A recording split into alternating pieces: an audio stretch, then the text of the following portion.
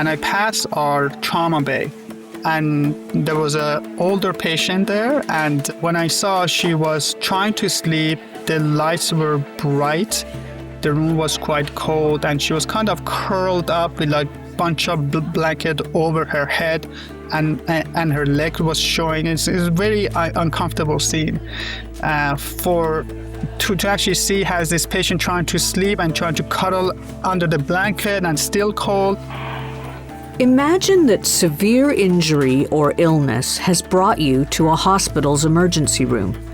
You've been assessed, and now you're waiting for a bed to open up on one of the wards upstairs. But your wait time goes from hours to days, and since the ER is already overcrowded, you're temporarily assigned a hallway bed in one of the busiest, brightest, and noisiest areas of the hospital. Now, imagine trying to get some much-needed sleep in this hub of 24/7 activity. Sadly, there's no need to imagine this scenario as it actually plays out daily in packed emergency rooms across the province and across Canada. But with support from the Peace Arch Hospital Foundation and others, one ER physician is using his imagination to make hallway healthcare, as it's known, a bit more peaceful and restful for ER patients badly in need of one of nature's greatest healers, sleep. And he's doing it with just a very small budget and a very big heart.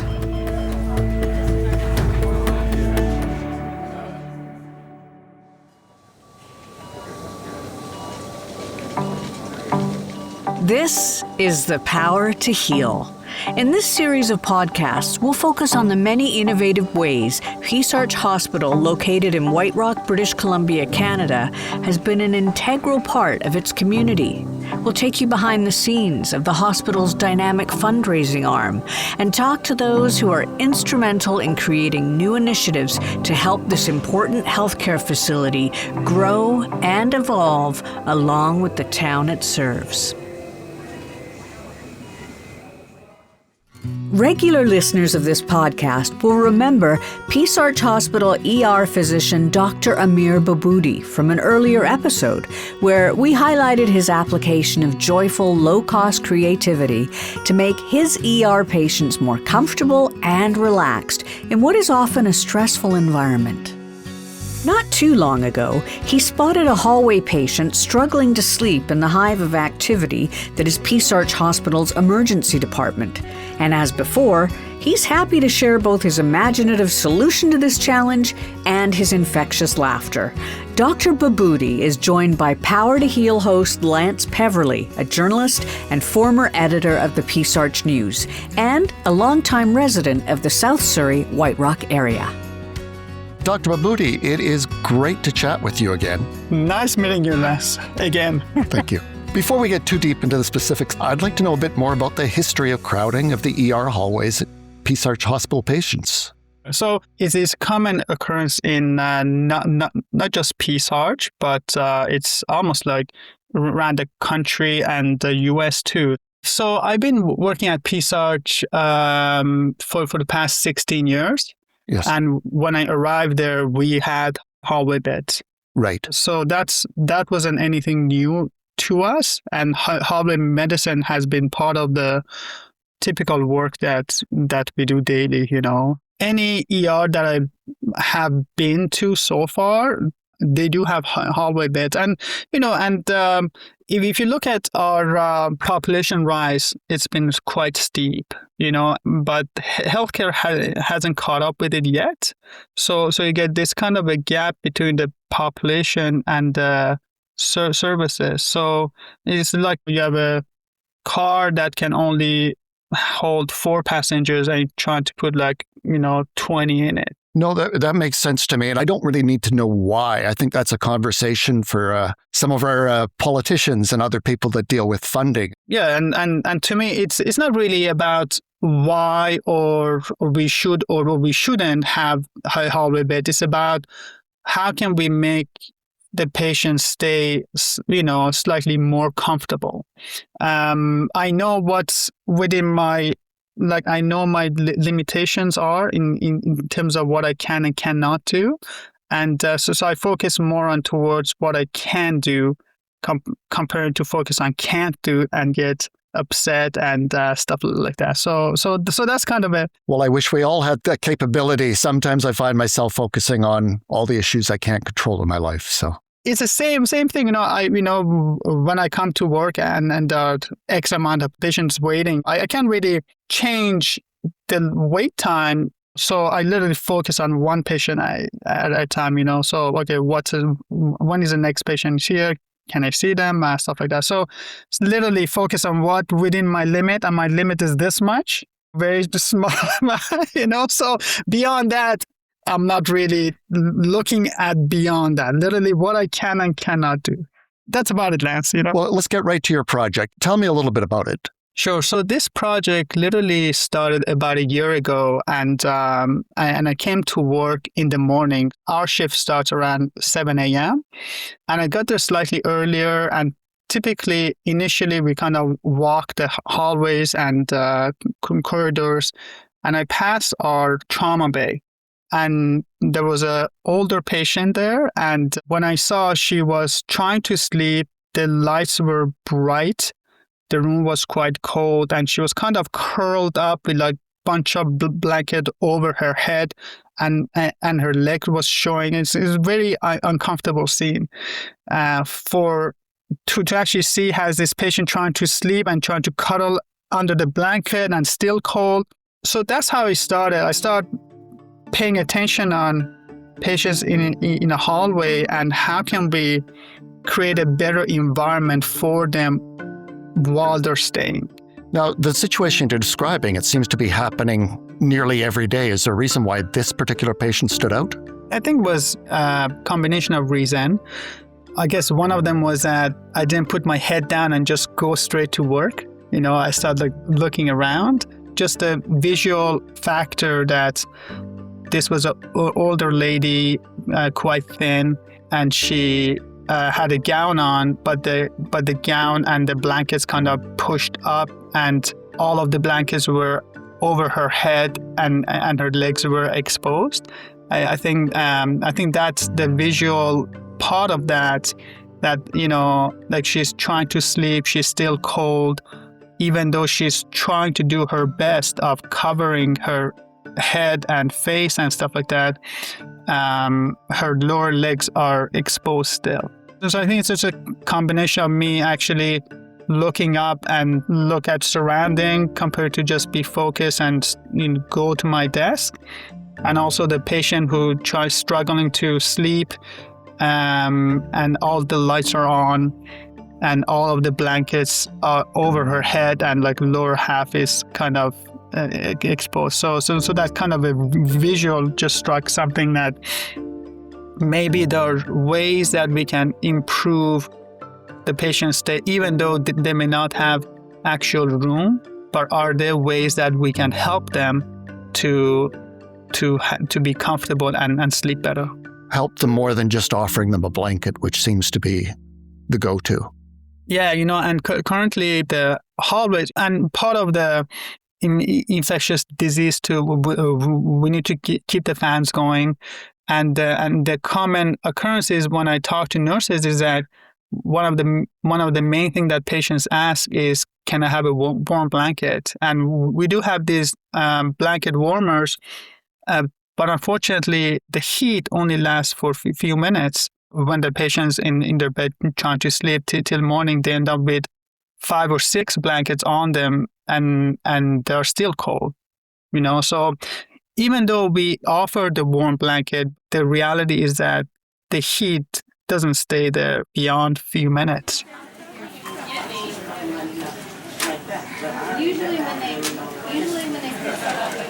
So you're dealing with the loss of heat, you're dealing with the bright lights in a hallway, and I presume an awful lot of noise when things are happening in ER. What did this inspire you to do? Initially, I wanted to see...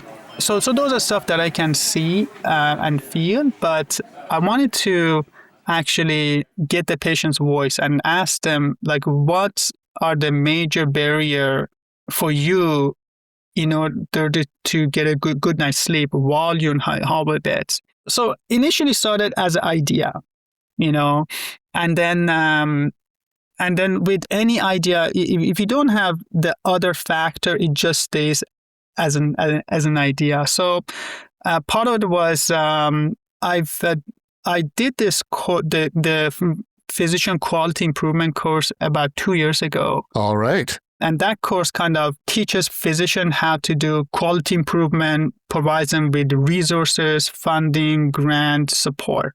So I applied for some funding and it got approved. I also went to our foundation and mentioned that this is a project that I'm excited about working on. And they also supported us significantly too. So when I got these components ready, we surveyed about 30 patients who were in the hallway beds about what are the factors that prevents you from getting good night's sleep, mainly in environmental factors, because those are stuff that we can potentially change. And the three common elements came. It's too cold, it's too noisy, and it's too bright, which not surprising to us. And kind of a twist of it too is we also surveyed some of the patients who were in the room too, and they actually had similar issues, even though we thought patients is in the room, is quiet, it's, temperature control. In the treatment rooms themselves? Yeah, which was a surprise to us because to our knowledge is, when the patient has a room in the ER. So part of it's very common for patients to get admitted, but they have to board in the ER before they have a room upstairs. So even the patients who are in the rooms, some of them had similar challenges too, which is very surprising to us, is that we thought if you have a room, life is good. If you have a hallway bed, that's going to be challenging. So part of it is how can we mitigate and help or try to fix these three problems? How can we keep the patient warm all night? Yes. Reduce the noise and also the bright lights. And that's where that's what I really enjoy. Like these are the projects that I really enjoy doing, because that's a part that you got to think and try to go to Amazon, try to go to other ways of technology to try to fix it. And so in terms of a heat, it is surprising, Lance, that I couldn't find, heating delivery that hospital, that currently exists for this problem. So we do have some technology, and it's called Bear Hugger. It purely is for patients who are hypothermic, and it's almost like a big forced air generator. Would that work for the average person, or is that a very specific use? So that's purely for medical reasons. So someone is going to the OR, someone is hypothermic. That's purely medical. It's not designed for comfort, And part of the issue with that is it actually creates a lot of noise because this fan got to keep going. So I did a landscape research to see if there's anything exists as of now purely for comfort, not medical hypothermia, and couldn't find anything. So we are kind of in this area of gray zone because a lot of medical devices purely for medical treatment, not for comfort. And this is what we're looking for, is a warming blanket or pad that for comfort, and nothing exists to my knowledge, So I came across these electrical heated pads. So it's almost like a electrical blanket, but they're slightly smaller that we can actually put on the, so you got a mattress. So then we put a heated pad as plug-in, and then the sheet goes on top, patient goes on top of it. This isn't a typical consumer electric blanket then. This is something quite specific. It is very similar to consumers. But instead of having the blanket that goes on top, because we wanted to have some kind of barrier between the blankets and the patients, so we put this heated pads. So you got a mattress, you got a pad on, you got a sheet on it, then it's a waterproof barrier on top of that, got the patients on it, and then the regular blankets. And so I actually tested about five of them myself, because part of it is I need to know what setting is comfortable. It's not too hot. Yes. It's not too cold. And then I also wanted some of them that doesn't stay on forever, so I had some shut off, some kind of a safety feature, it needs to be waterproof. Did you have a team of people helping you with this, or was it you trying every single device out there to get to the right one? No. So that's the part that I enjoy doing, actually trying things, So that's how I started. I bought a couple of different ones, and I noticed, like one of them, the material caught a lot of debris on it, so it wasn't smooth. Other one was getting too hot.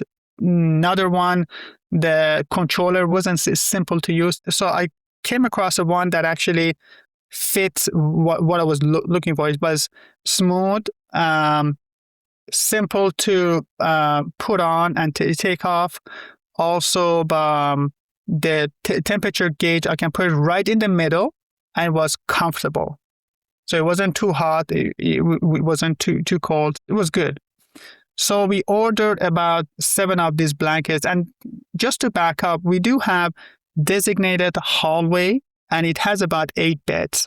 And the way that the hospital was designed is that they were actually thinking in future that these hallways going to have patients. So they do have plug-in for each set of beds, which is perfect. So that was the heat. We can try these. What about the noise and the lights? That's where the search started again. So try to find something that has a combination of covering the eyes and the ears. So I did, again, search for a couple of them, bought a couple of them, try them, and I end up with one of them. And I do like tech, and this one actually has Bluetooth microphone on it already. So patient can actually connect it to their phone and listen to things, or have white noise going on. Hopefully some calming music or something, and not a podcast that gets them all riled up. This podcast would be great. No. Okay, this one would be good. Yes. So I tried a couple of them and ended up with one of them that we were going to use, and met with the foundation again, and they're very generous and then funded all of the equipment. So we started the survey again. We provided the patient with this equipment, so eye shield and ear covers, heated pads, and blankets.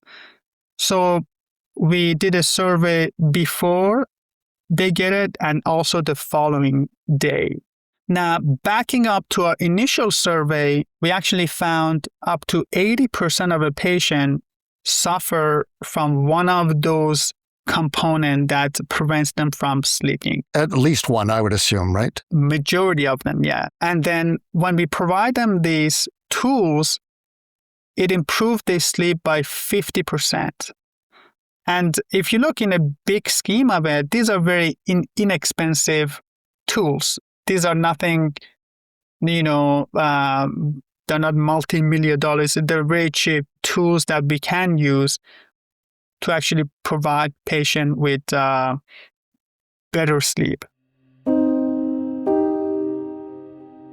According to the Mayo Clinic, our bodies basically become repair shops at night as we sleep.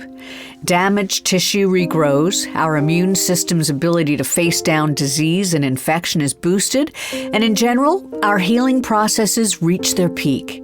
Sleep also performs a kind of cleansing action in our brain cells, scrubbing away the day's mental labors and polishing a clean slate of resiliency before we face a new day. These periods of rest also produce hormones that help regulate our appetites, allowing our bodies to go hours without feeling pangs of hunger. An opposite effect results from poor sleep, however, with our bodies producing less of what the clinic calls the I feel full hormone and more of the I'm hungry hormone. This imbalance can lead to constant feelings of hunger and increased risk of obesity.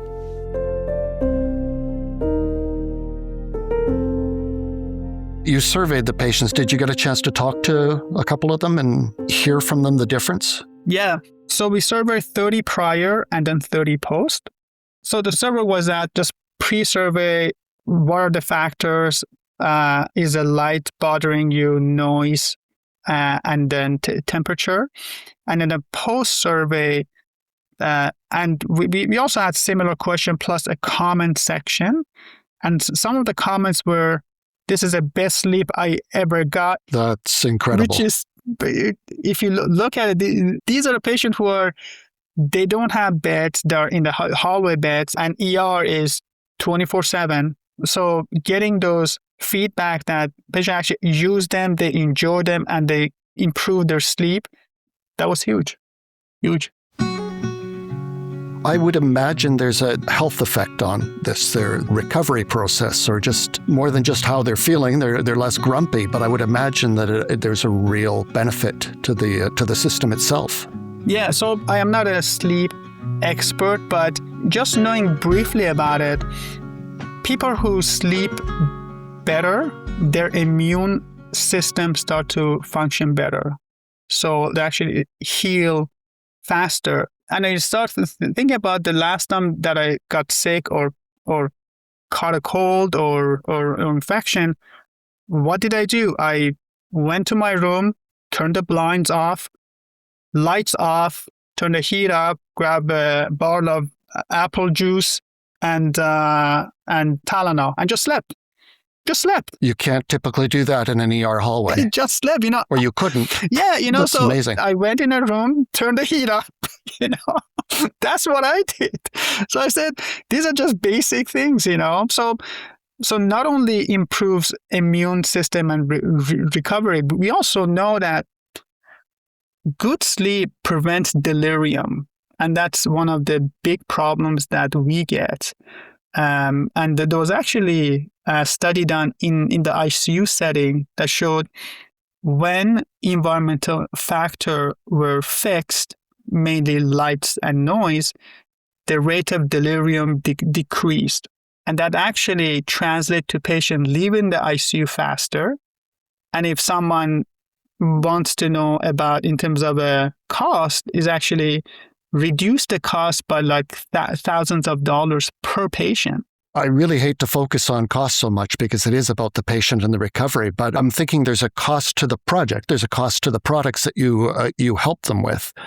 But ultimately, this project will save the healthcare system money. Yeah. The stuff that we are using currently are these masks cost about $1, and the heated pad are reusable.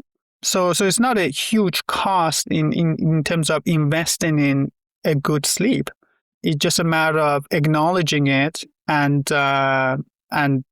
just trying to fix it, Have you found a reaction in the patients when they're approached with these ideas, with this equipment to help them sleep more?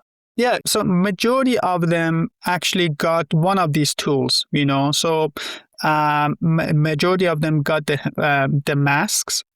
Some of the patient, just like any other individual, some of them, they like a more colder temperature, so they didn't use the heated pads. Some of them use them, but majority of them end up using either or both of those products or those tools. Now, let's talk a little bit about the look, the design of the hallway. You're no longer walking into it and just kind of charging through thinking it's a hospital hallway. They actually see people being treated here. What is the look of that? Yeah, so we just finished the study, and part of the study this is one of the big factors too. So just imagine the hallway in the ER, right? It's very bland hallway, right? It's a hallway. So one of the things that we wanted to visually actually transform the hallways visually. So we have this idea that even though it's hallway, it's being used more than just the corridor. We have patients here that getting cared for. So we want that message to be very, people who walk it, be able to see it. So I did meet with the foundation, and they funded to create this mural that A, it looks great, and B, it does have messages in different languages, and it's purely for everybody around that if you walk into the hallway, it says, please be quiet. Patients trying to sleep. It's a healing environment. So even visually looking at that area gives other people a sense that this is not just a hallway. So we need to be respectful with our voices, the way that we, you can run through it. So it just gives everybody awareness that we are using this more than just the pathway. There are people getting cared, people trying to sleep, stuff like that. It sounds like it's calming for everybody, both the people crossing through and the patients themselves when they see this. Yeah, and everybody understand that, there are people here trying to sleep.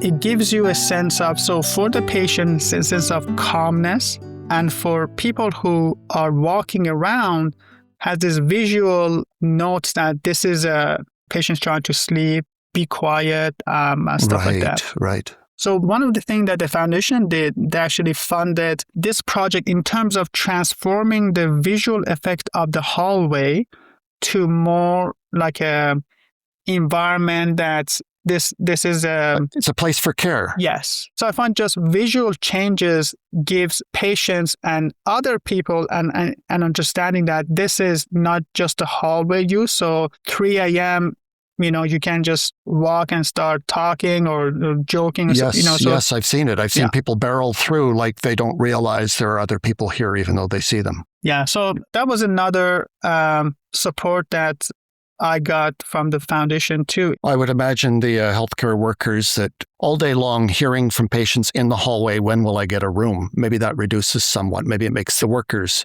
time a little bit easier. Well, Lance, the interesting factor was that the nurses who were caring for the hallway patient, they were actually very keen on this, helping this project, because those are the ones that actually get the multiple calls about the warm blankets, seeing the patient try to struggle, and this is actually a very common thing that I've seen in the ER, that actually patients using the mask that we use on our faces to cover their eyes. So patients are being innovative and trying to figure it out, which is great. But when the nurses hand these things, they actually, in one hand, they're seeing the effect. In the other hand, they actually can spend more time with other patients than just going back and forth between. It might ease the workflow for them a little bit throughout the day. Exactly right. And ER is one of those departments that if something doesn't work, it's not going to get a buy-in, You're sensing a buy-in with this. Yeah, because to my surprise, nurses actually, they were texting me that how can they be involved in it, which is great for me, that trying to get these surveys done and stuff done. So yeah. The Physician Quality Improvement Initiative that Dr. Behboudi references during this interview is a flagship program of the Specialist Services Committee of British Columbia. Run in collaboration with BC health authorities, the PQI aims to enhance physician capacity in quality improvement through training and hands-on experience with action learning projects. A key emphasis of this program is notably physician collaboration with both patients and the healthcare system itself in order to create, quote, a quality improvement culture and excellence of care.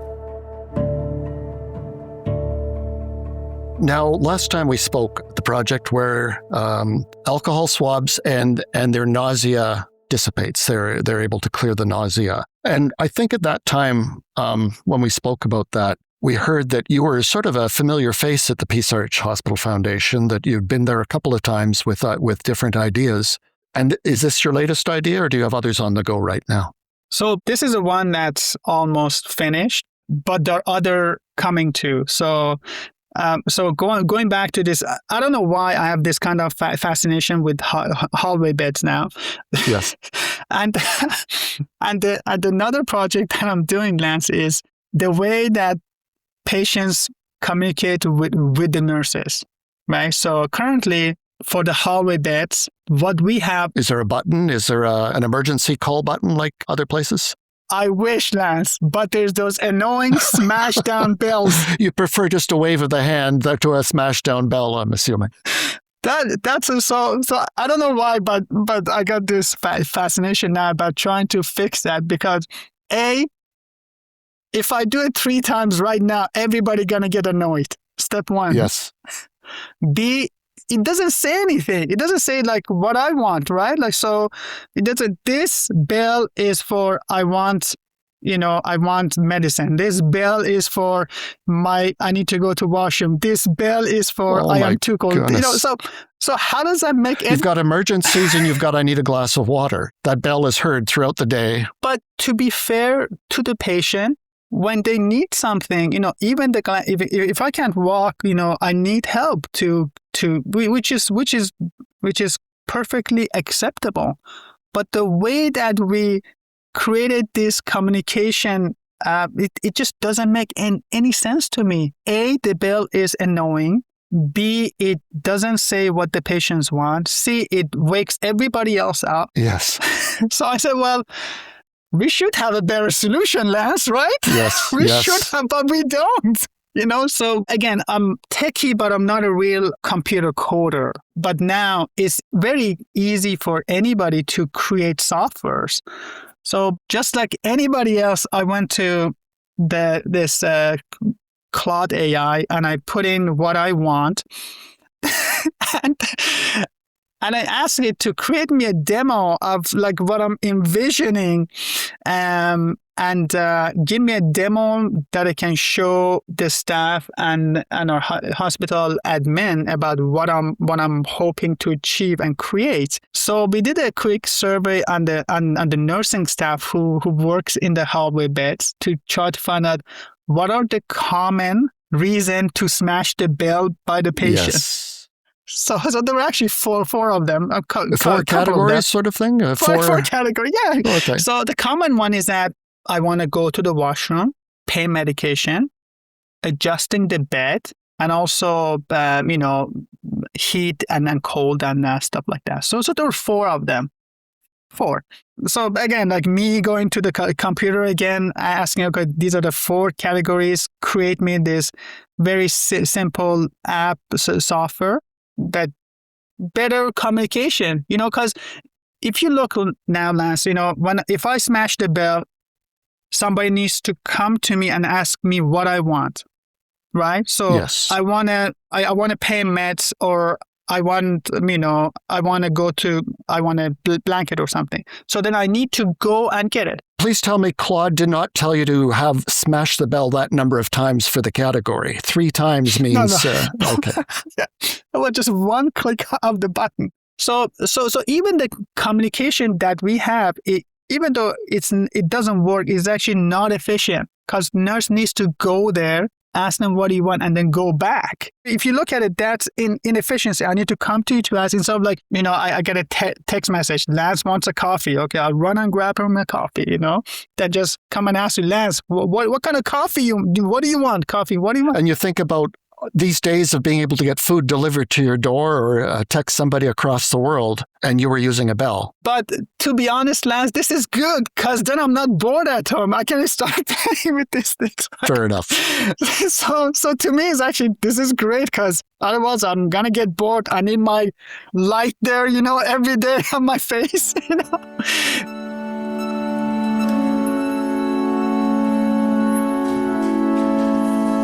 So what was the solution? How did you come about something? So right now, I created this demo to actually show the people who I need to be part of this team what's in my head, So that part is done.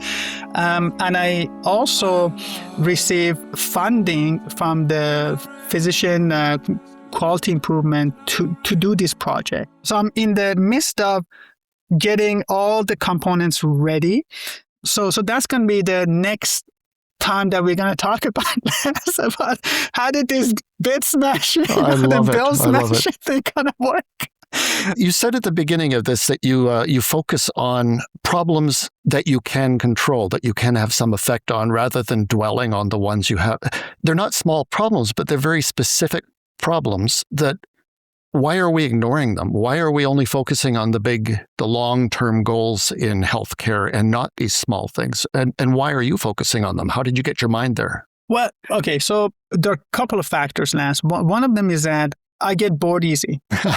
All right. Emergency rooms aren't keep you active enough. They don't. No, but to be fair, ER is great, but when I'm not doing ER, I need something to keep this going.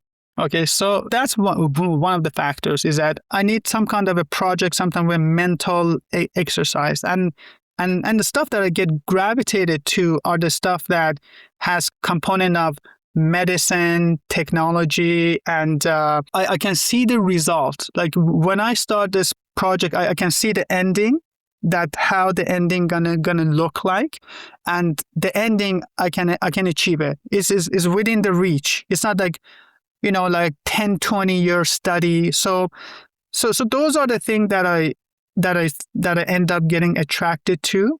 And also the daily, and the beauty of ER is that, there's so many things that can, that we can fix. There's so many project that can come out from just a day in the ER. So I think the combination of, and then the other factor is a support too. So I can have all of this idea and time, but if I don't get the component of support, it would be very challenging to finish the project or to come up with the solution. So I think those three components are available and they're within the reach. So that's how I get gravitated to, even though projects are, like to me, they're small projects, they're not a huge changing of healthcare, which I'm more interested in doing these kind of projects. But to me, they're actually quite fun. The patient is feeling what you're doing. The individual, it's huge. That is the third factor, Lance. I'm very shallow in terms of my emotions. I need to be thanked. Is this the? I need that instant gratification. Oh, what I mean? That's it. There's a problem. Fix the problem. No matter. Yes. You know what I mean? No, I appreciate that. So this project, I can actually see it in the patient's faces when they use it, So I think that's the third factor is I can actually see it, so that makes me feel good, because I need that instant gratification. So I think those three factors. And then on to your next project, soon as that one's okay. Now, exactly. Does every hospital have a Dr. Behboudi doing this behind the scenes, or is this a unique situation for White Rock? But you got to keep in mind, Lance, maybe not every ER wants someone like me, to be honest. So you got to keep that in mind. Do you really want that? It's my understanding other hospital foundations have seen this podcast, so they might see your stories and think differently. Okay. Go ahead, Lance. Go ahead. No, I want to thank you for doing this. Thank you on behalf of the community, and thank you for sharing this story today and returning for this. Is there anything else you'd like to cover today that we haven't talked about? I think part of the success of this project is the support, to be honest, From the foundation supporters? As I said, foundation support, physician, quality improvement, our PSARCH staff, nurses, and admin, because I can have all of this good idea, and if the admin doesn't support, it's done. What are you going to do, So I think there are a couple of factors that need to be in place in order for any project or anything that I do to actually get lifted off the ground. If those components aren't there, it's just going to stay as an idea, to be honest. You've found and you've created a real sense of community here from the sounds of things. Yeah. Thank you so much for this. I really appreciate it, and I look forward to hearing about your next project. Thank you, Lance. Appreciate it. Thank you. There are many more inspiring stories of generosity, compassion, and innovation still to come from PSARCH Hospital and the community it serves. Be sure to watch for our new season of Power to Heal, available soon wherever you get your podcasts.